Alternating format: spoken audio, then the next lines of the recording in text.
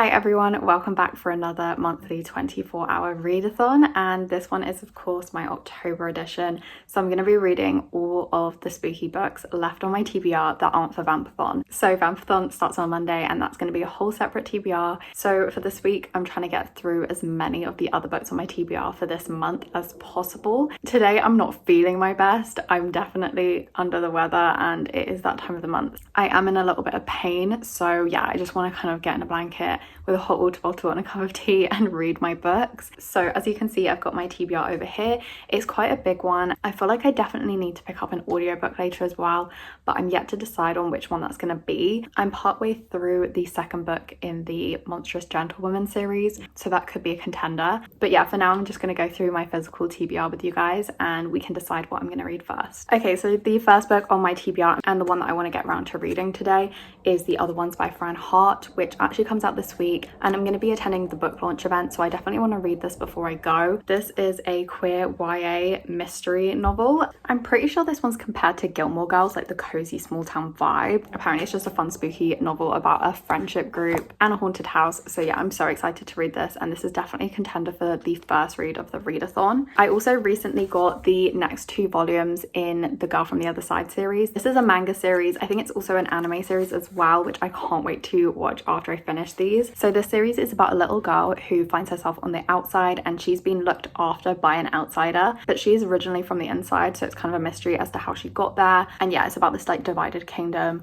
and the insiders are like really afraid of the outsiders and it's kind of like a curse. This is a really cute manga series. It's a little bit dark and the first one was left on a cliffhanger, so I really can't wait to read the second volume. Another paranormal YA arc that I got gifted is Mina and the Slayers by Amie, mccaw, and this is the second book in a series with vampires and mysteries. This second one seems to be a big murder mystery, and it says that Mina and the gang have planned a spooky week of gothic restaurants, horror movies, ghostly tours, creepy carnivals and a costume ball. But the fun doesn't last. Mina is on work experience with Detective Cathryn while the police are investigating a savage masked killer and a rise in suspicious animal attacks. I think Mina is going to have to get to the root of these animal attacks, and I'm super excited to read this one because I enjoyed the first one so much. I've also got a couple of thrillers to choose between during this readathon. I'd really love to read one of these. So I've got The Paris Apartment by Lucy Foley that I recently got sent from a publisher, and I've also got this really old copy of The Girl on the Train by Paula Hawkins, which I know is extremely popular, and Jamshed's actually read this one. I think this is his copy. I've always wanted to read this and I love the idea of a thriller set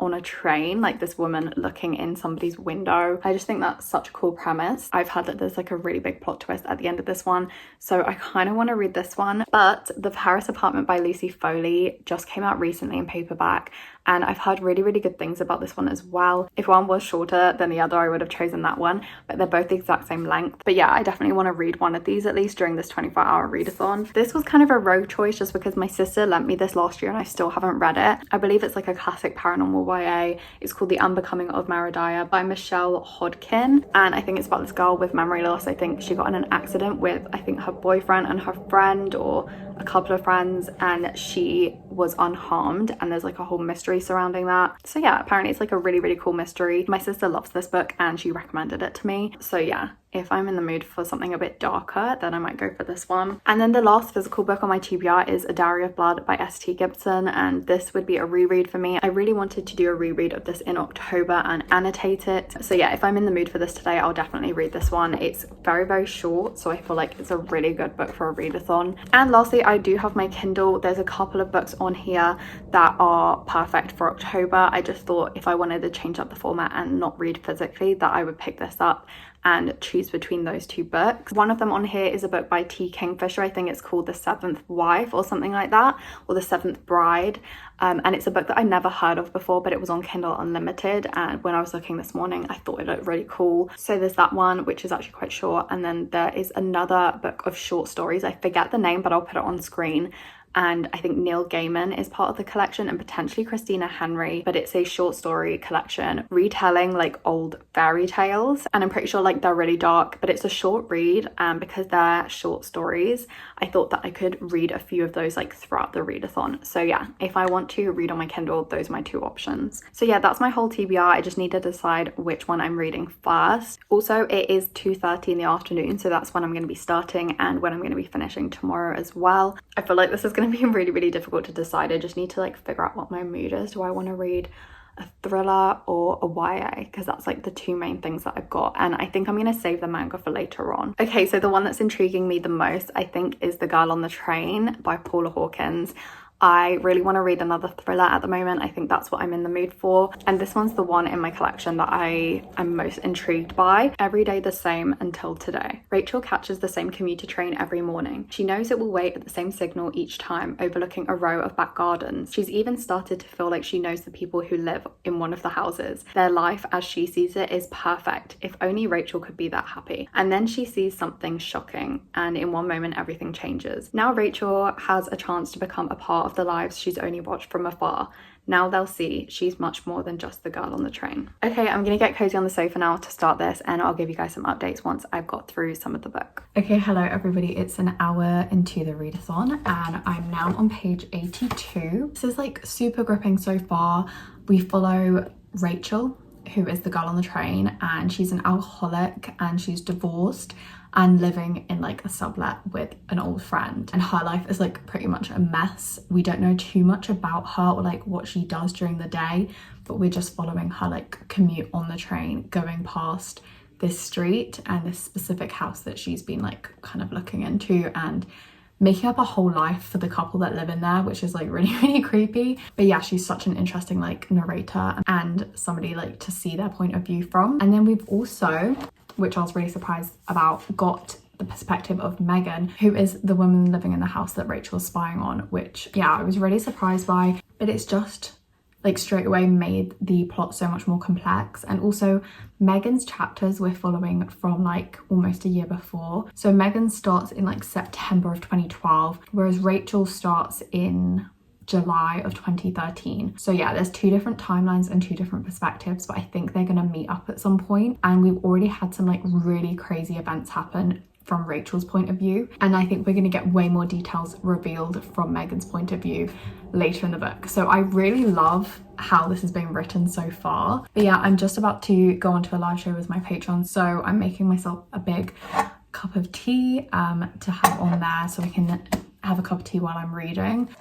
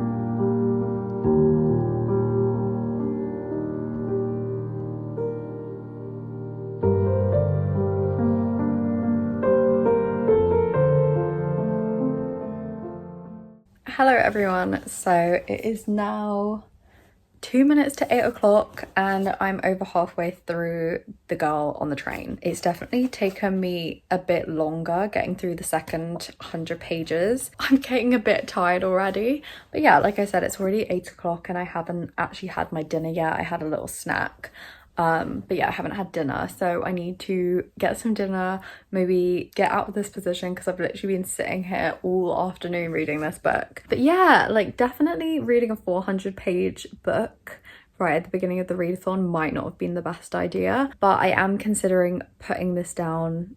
I don't know if I want to do that just because I'm so into it now, but just for like a change of pace, I was thinking of picking up the next volume in The Girl from the Other Side. the girl on the train, the girl from the other side. This is gonna get confusing. But yeah, for now I think I want to cook some dinner. I don't know whether to stick on an audiobook though, just so that I don't waste any of my potential reading time. I've lit some candles, I've got an ambience on, so I'm like really relaxing into this book, but I still can't help feeling like I don't read fast enough during these readathons, which is so silly because at least I'm reading. I feel like with these readathons it's just more about having like a day dedicated to reading, so that no matter what else is going on in my life, I still have that like nice day every so often. So yeah, like I don't understand why I put so much pressure on myself and like make it stressful, but yeah, I just feel like I'm being very, very slow, even though I know that's not the case. So yeah, I'm on page 216 actually, which is really, really good.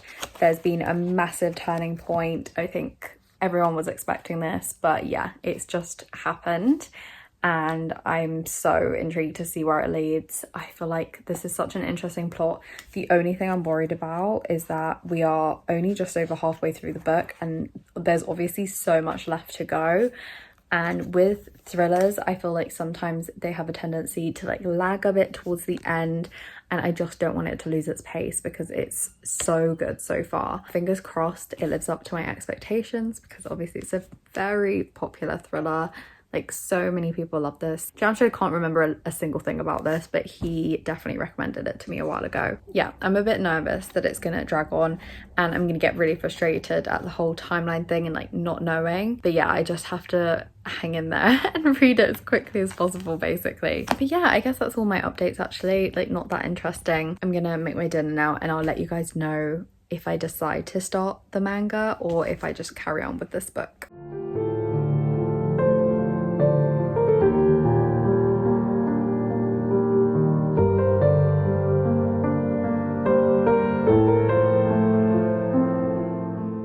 Okay, hello, we're back here again, and I didn't listen to an audiobook when I was cooking dinner because I think I just wanted a break from reading, and me and Josh had made an apple crumble and it was really, really good.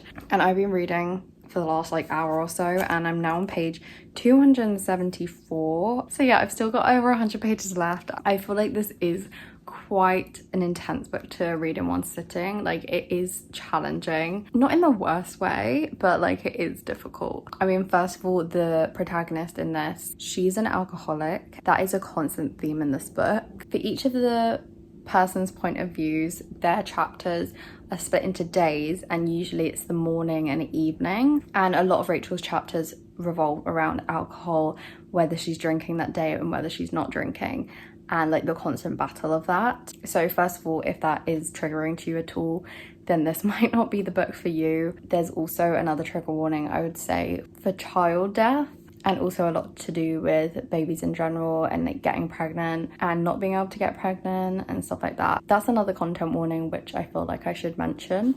Just because of those two themes, it's definitely very intense. I'm still really enjoying this though. I don't think there are any moments in this book that have like lagged or felt unnecessary, which is great. So yeah, I'm actually gonna try and stay up. It's now like past 10 o'clock, by the way. I'm gonna try and stay up and finish this before I go to sleep. I feel like I can definitely do that. I'd be really, really disappointed in myself if I didn't. But I did just start to watch the trailer for the movie because I just wanted to like see what they did with it and like the vibe. Someone tell me right now why they decided to set it in America, in the US.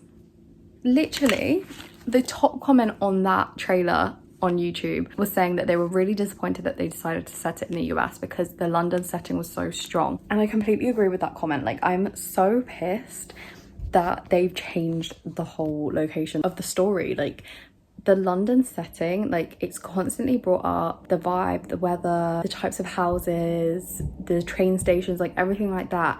And I look at the trailer and it's just absolutely like the complete opposite of everything that's being described in the book and like the atmosphere and stuff. Part of the reason I like this book so much is because it reminds me of where I live. So if you don't know, and if you can't hear the constant trains in all of my videos, I live right next to a railway in London. There are constant trains like every other minute, and some trains stop at the bottom of the garden. So I can definitely relate to a lot of the stuff that's in this book. I always feel like people can see in my window, but I know that that's not true because when I go on a train to a specific place, it always goes past my house.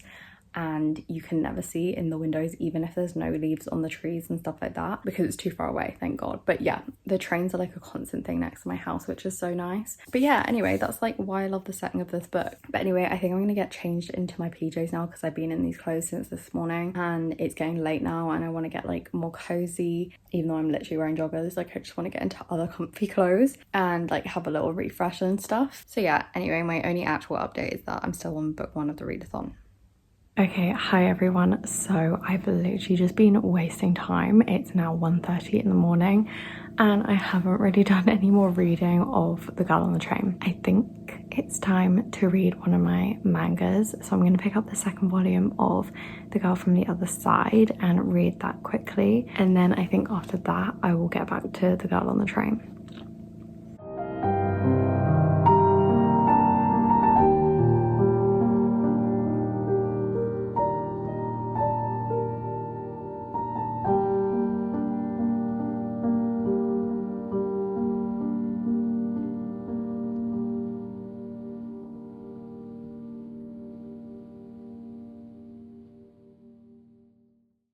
Okay, good morning everyone. So it's I think around 9 o'clock in the morning.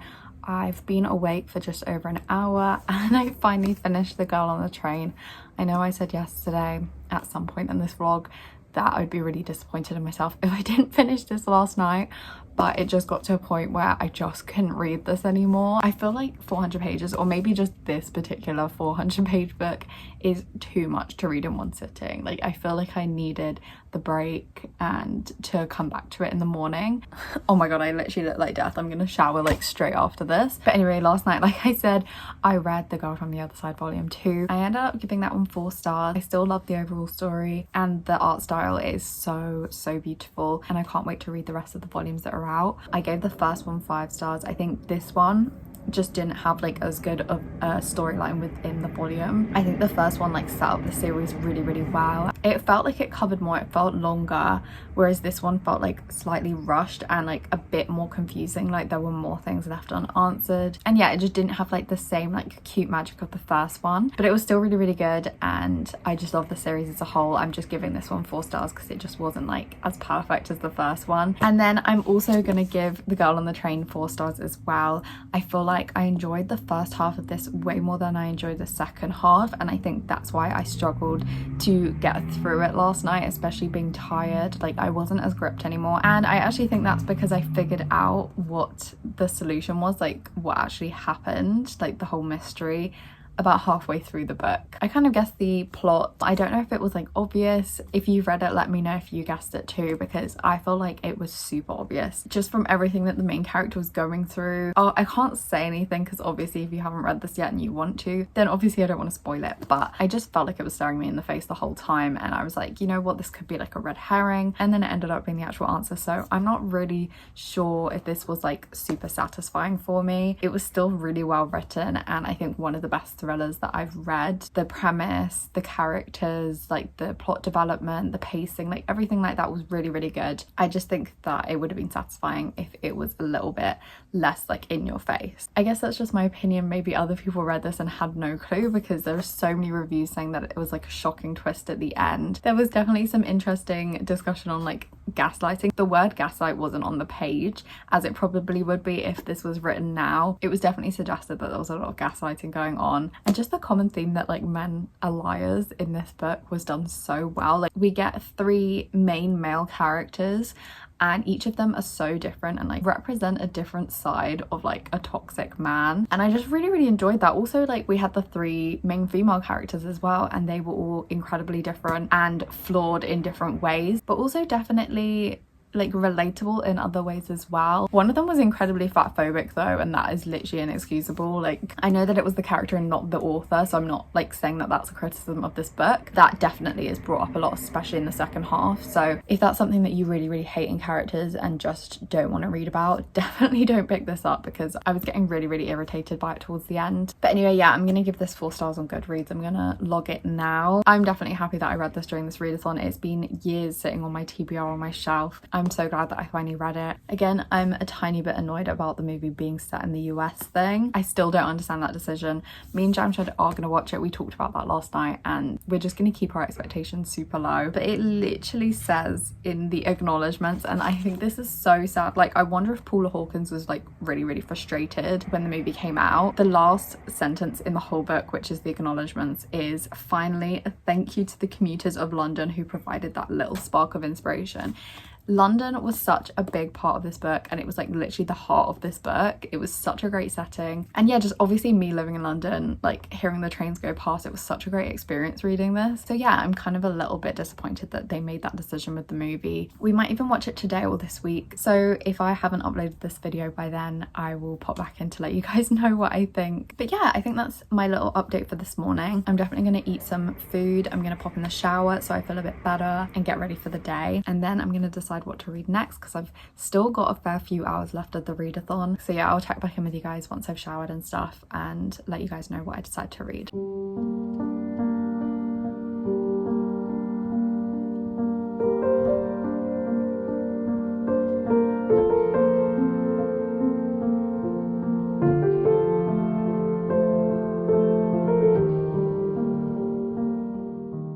Hi everyone, so I am clearly showered and refreshed, and I've had a coffee which was amazing. I don't think I've ever tasted a coffee that good. I don't know what I did. I don't know, maybe I just really needed it. I've got everything that I need here. I have, I think, decided that I'm going to start the other ones, just because I said this was my top priority for this readathon and I haven't read it yet. So I think I'm going to start this. It's really short. I think the writing's quite big on the page, so I feel like I can get through this quite quickly and like read it in one sitting. I'm also going to read the third volume of The Girl from the Other Side, because I feel like I just need to find out what happens next, because every single volume seems to end on a cliffhanger. So yeah, definitely gonna read that as well. I do have my Kindle here just in case. Yeah, just in case I want to start on like that short story collection. It's called Cursed, and the tagline is "A wish is a terrible thing." So yeah, I might read a short story from there as well, who knows. But yeah, for now I'm going to start on this one.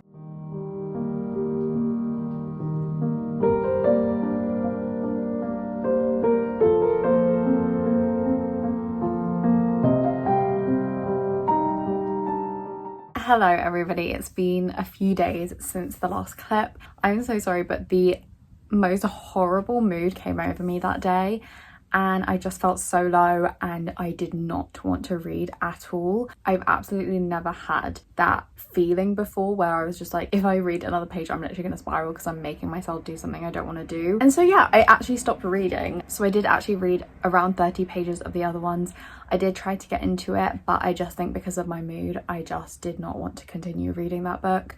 It was a YA, it read very young. It just wasn't what I was into at the time that I was filming this vlog. I definitely will go back to it in the future, and I did really enjoy the launch party the other night as well. I dressed up as Sally, although I didn't take any photos whatsoever. I don't know why. I literally just took one video on the tube home because everyone was staring at me. But yeah, this is kind of an anti-climax to this vlog, apart from the fact that I did use those extra hours that I did have left to listen to an audiobook, which I did listen to an entire book. I think it was the next day, and that was The Seventh Bride by Kingfisher. I told you guys originally at the beginning of this video that was one of my ebooks on my Kindle, but it also downloaded onto my Audible account. I think it was the Whisper Sync thing. I don't exactly know what that means, but it just meant that I got a free audiobook as well as the Kindle book. So I decided to listen to it because I just didn't want to like read physically anymore.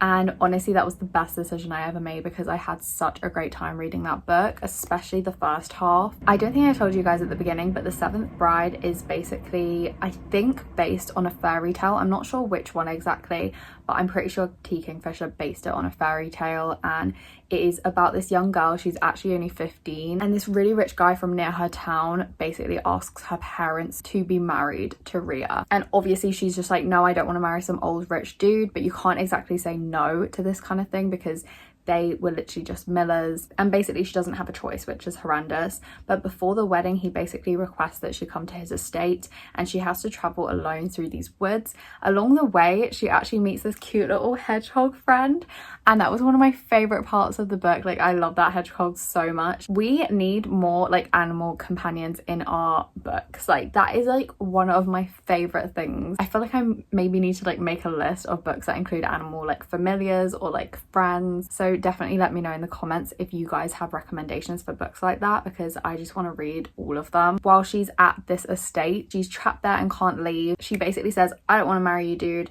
And he's like, okay, well, you need to complete these tasks, and if you complete them all, then you can go home. But if you don't, if you fail even one of these tasks, then I'm going to marry you. So basically, while she's completing these tasks, she's finding out more about what's going on in the house.